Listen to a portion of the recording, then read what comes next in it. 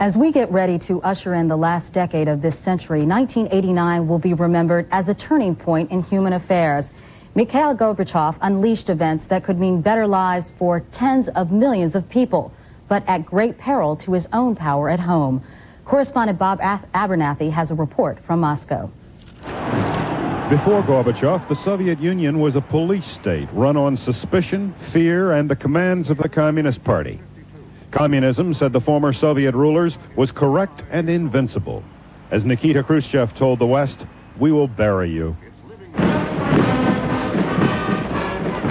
The world was divided, east versus west, each provocatively armed, each obsessed with the other as the enemy.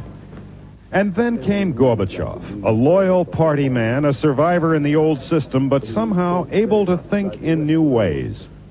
Simply, he's brilliant. He's very capable, and he's a generator of ideas. Glasnost, it was called, a huge change in Soviet opportunity to assemble and write and speak. Fear began to wither away.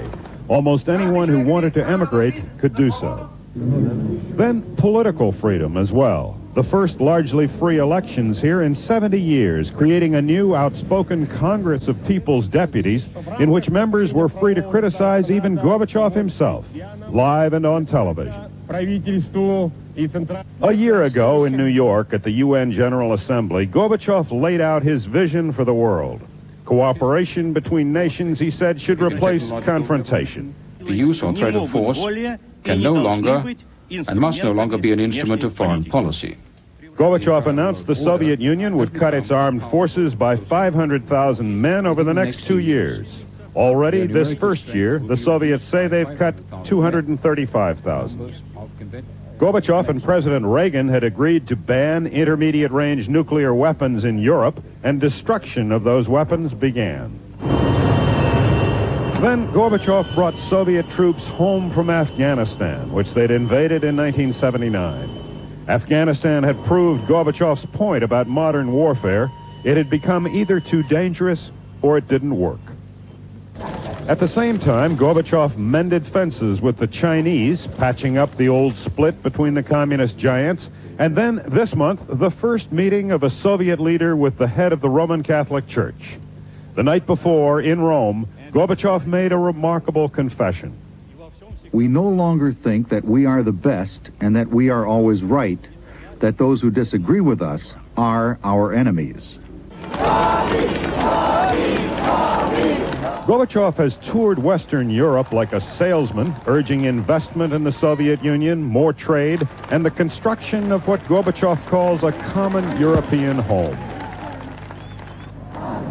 This fall, Eastern Europe responded to Gorbachev's policies, people in every major country of the former East Bloc throwing out their former rulers and insisting on freedom. Practicing what he'd preached, Gorbachev did not intervene. Finally, at Malta, Gorbachev and President Bush promised to speed up all arms control negotiations and work together for a more peaceful world. The headlines read, "The Cold War is over." Meanwhile, ironically, a peaceful Soviet Union seems increasingly at risk, partly because of Gorbachev's policies. Glasnost has given people freedom not only to create, but to hate. Ancient feuds erupting, such as the one between Azerbaijan and Armenia.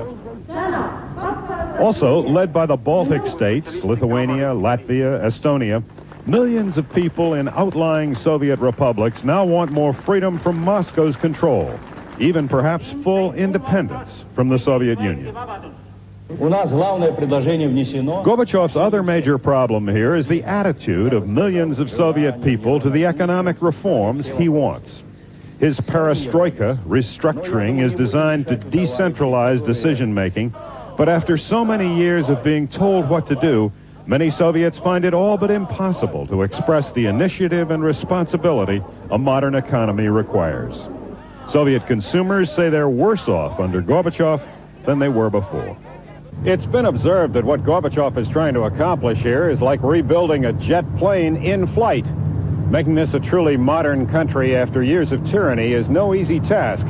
But after all the other things he's done, here and throughout the world, One would have to conclude if anyone can do it, Gorbachev can. Bob Abernethy, NBC News, Moscow.